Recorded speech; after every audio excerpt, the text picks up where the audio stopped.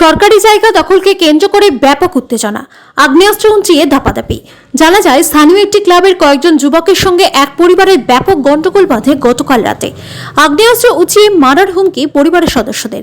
ক্লাবে পড়ে রয়েছে আগ্নেয়াস্ত্র এবং চাকু।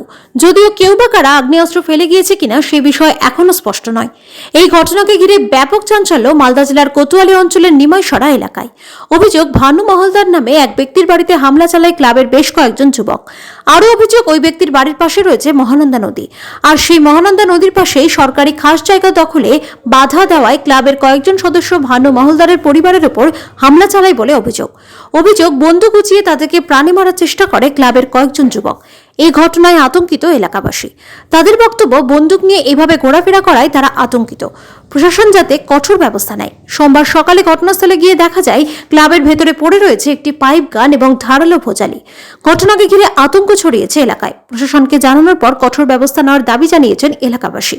ক্লাব সদস্যদের বক্তব্য, ক্লাবের এমন রেপুটেশন নেই। ক্লাব সবসময় মানুষের পাশে দাঁড়ায়। এদিকে পুলিশ ইতিমধ্যে বাবু শেখ নামে একজনকে গ্রেপ্তার করেছে। আমার মেয়েকে গাল দিচ্ছিল, যা তা আমার বুকে গাল দিচ্ছিল, যা তা করে গুলি করে দেবো, আমার মেয়ে অজ্ঞান হয়ে যায়।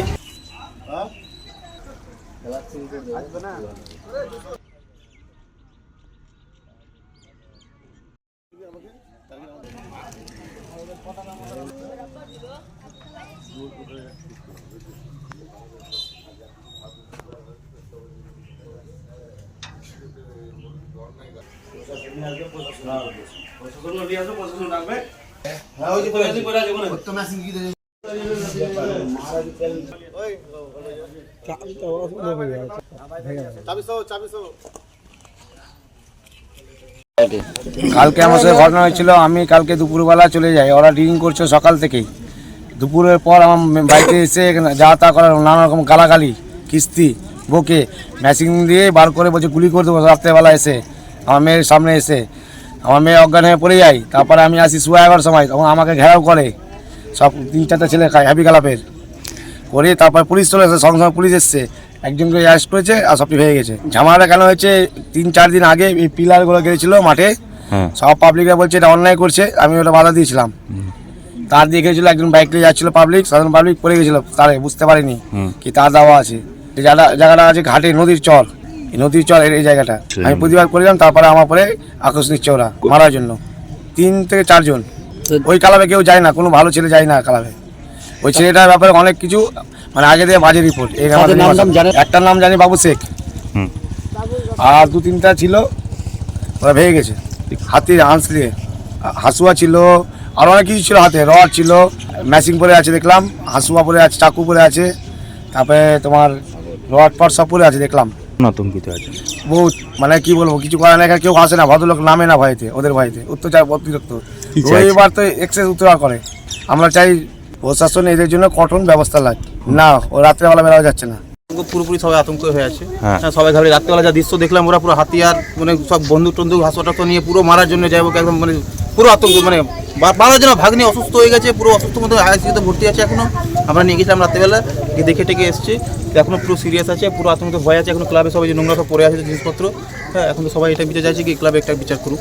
একদম হাতিয়ার পড়ে আছে, বন্দুক দেখলাম পড়ে আছে, হাসপাতাল পড়ে আছে, রড টড নিয়েছিল ওরা, বাসবাতি এসব নিয়েছিল, এইসব জিনিস পড়ে আছে এখন পর্যন্ত দেখলাম। কাণ্ড কেন দাদাই একাই আছে, হ্যাঁ, বাড়িতে হিংসা হচ্ছে, বাড়ি করেছে, ওই জন্য মাঠ সব দখল করছে, ঘিরছে ওরা, হ্যাঁ, সব জায়গায় তার লাগিয়েছে, তার এখন সেফটি দেয়নি, বাইক নিয়ে আসছে, তারে ধাক্কা লেগে যাচ্ছে, পড়ে যাচ্ছে লোকজন। এটাই 4-5 দিনের ঘটনা চলছে, 7 দিন ধরে মাঠ ঘেরা চলছে। প্রশাসনকে আমাদের জানানো হয়নি, দাদাদের সব কমপ্লেন করেছিল কি এটা ঘেরা হবে না, উঠাতে বলছিল, ওরা শুনিনি, ওরা ওর গাজনাম করছিল। এই দাদাটা বলার জন্য ওদের সাথে দুশ্মনী, কালকে ওরা ড্রিঙ্ক করেছে প্রচুর, এইসব করে দিয়ে আজকে হামলা করেছে। নদীর জায়গা, খাস জায়গা, এটা খাস জায়গা, ক্লাবের কোনো পার্সোনাল প্রপার্টি না, মানুষের কোনো পার্সোনাল প্রপার্টি। কিন্তু লোকজন হাঁটা চলার জন্য অসুবিধা হচ্ছে, ঘিরে দিচ্ছে, যে লোকজন যাওয়া আসা করছে রাস্তাগুলো ঘিরে দিচ্ছে ওরা নিজে থেকে।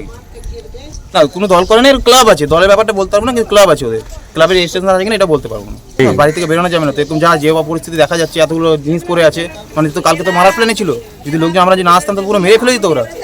কালকে তো এসে পুলিশ এসছে বলে তো ওরা পালিয়ে পড়ে গেছে ফেলে টেলে, পুলিশ যদি না আসতো তো আমরা মেরে চলে যেত। প্রশাসনকে জানানো হয়েছে, প্রশাসন দেখছে ব্যাপারটা, খতিয়ে দেখছে, একজনকে অ্যারেস্ট করেছে, বাকি 3-4 জন পালাতে আছে, ওদেরকে ধরার জন্য ব্যবস্থা করছে। কোনো অন্যায়ভাবে ব্যভিচার করেনি, ক্লাব সবসময় সবার সঙ্গে সহযোগিতাই করেছে। গতকালকে কি ঘটনা ঘটেছে, একটা ঝামেলা হয়েছিল, ঠিক আছে, সেটা ক্লাবের সাথে ক্লাবের মেম্বারদের সাথে একটা ঝামেলা হয়েছিল, এটাই যা। সেটা অন্যায়ভাবে হয়েছে, যা হয়েছে সেটা আমি জানি না। কার বাড়িতে কী হামলা হয়েছে বা কী হয়েছে সেটা আমি কিন্তু জানি না। একটা জায়গা নিয়ে ঘেরা সেটা তো বহুদিন আগে, ওটা একটা আলাদা ব্যাপার ছিল না। ক্লাব এই ধরনের কোনোদিনও এই ধরনের ক্লাবের কোনোদিনও রেপুটেশন আমি শুনিনি কোনোদিন, এবং আমার জানাও নেই। সেটা আমি বলতে পারবো না সঠিকভাবে, কি ইন্টারনাল ব্যাপার আছে ঝামেলার সময়, সেটাও ব্যাপার আমি জানি না, কারণ সেই মুহূর্তে আমি বাড়িতে। কীভাবে ঝামেলার সূত্রপাত হলো, কি হলো না হলো, তার সঙ্গে কিভাবে হয়েছে সেটা আমার জানা নেই। যেহেতু জানা নেই সেহেতু বলাটা ঠিক হবে না। সেটা অভিযোগ তো করতেই পারে, আমি আপনার ব্যাপারে অভিযোগ করতে পারি, যে কারোর ব্যাপারে অভিযোগ করতে পারি, নিয়ে আসতে পারি, সেটা কোনো ব্যাপার না। অভিযোগ নিয়ে আসলে যে সব কিছু প্রমাণ হয়ে যায় তা তো না। ক্লাবের একজন সদস্য হিসাবে বললেই চলবে, কিন্তু সেই রকমভাবে ওই মানে যতটুকু কাজ করে যতটুকু সময় পায় 5 মিনিট 10 মিনিট সেটুকুটাই সময় দিই, তার বাইরে কোনো কিছু নেই। বিগত 10 বছর ধরে ভারতীয় জনতা পার্টি সবসময় বলে আসছে মালদা শহর, মালদা জেলা অস্ত্রের ভাণ্ডারে রূপান্তরিত হয়েছে। তার প্রত্যক্ষ উদাহরণ একটি ক্লাবে গন্ডগোল হচ্ছে, সেই ক্লাব থেকে একের পর এক অস্ত্র উদ্ধার হচ্ছে। পুলিশ এবং তৃণমূলের নেতারা সবাই জানে কোথায় বোমের মশলা পাওয়া যায়, কোথায় অস্ত্র পাওয়া যায়, কোথায় পিস্তল ম্যাগজিন পাওয়া যায়। আমরা বিগত 10 বছর ধরে একটাই কথা বলছি, পুলিশ নিরপেক্ষ হোক। আর তৃণমূলের যে সমস্ত নেতাদের পুলিশ মদত দিচ্ছে, তাদেরকে না মদত দিয়ে মানুষের কাছে সাধারণভাবে পুলিশ নিজের ব্যবস্থাটা রাখুক, তাহলে সাধারণ মানুষ পুলিশকে এরপরে মারা থেকে বিরত থাকবে, পুলিশকে ধাওয়া করা থেকে বিরত থাকবে। কারণ পুলিশ আমাদের বাড়ির নিজেদের লোকজন। পুলিশ যদি নিরপেক্ষ না থাকে, এরপরে কিন্তু মানুষ পুলিশের বিরুদ্ধে ব্যাপকভাবে আর আন্দোলন করবে এবং পুলিশকে যা যা ব্যবস্থা করার সমস্তটা করবে। আমরা চাই মালদার পুলিশ প্রশাসন নিরপেক্ষ থেকে এই সমস্ত অস্ত্র উদ্ধার করুক।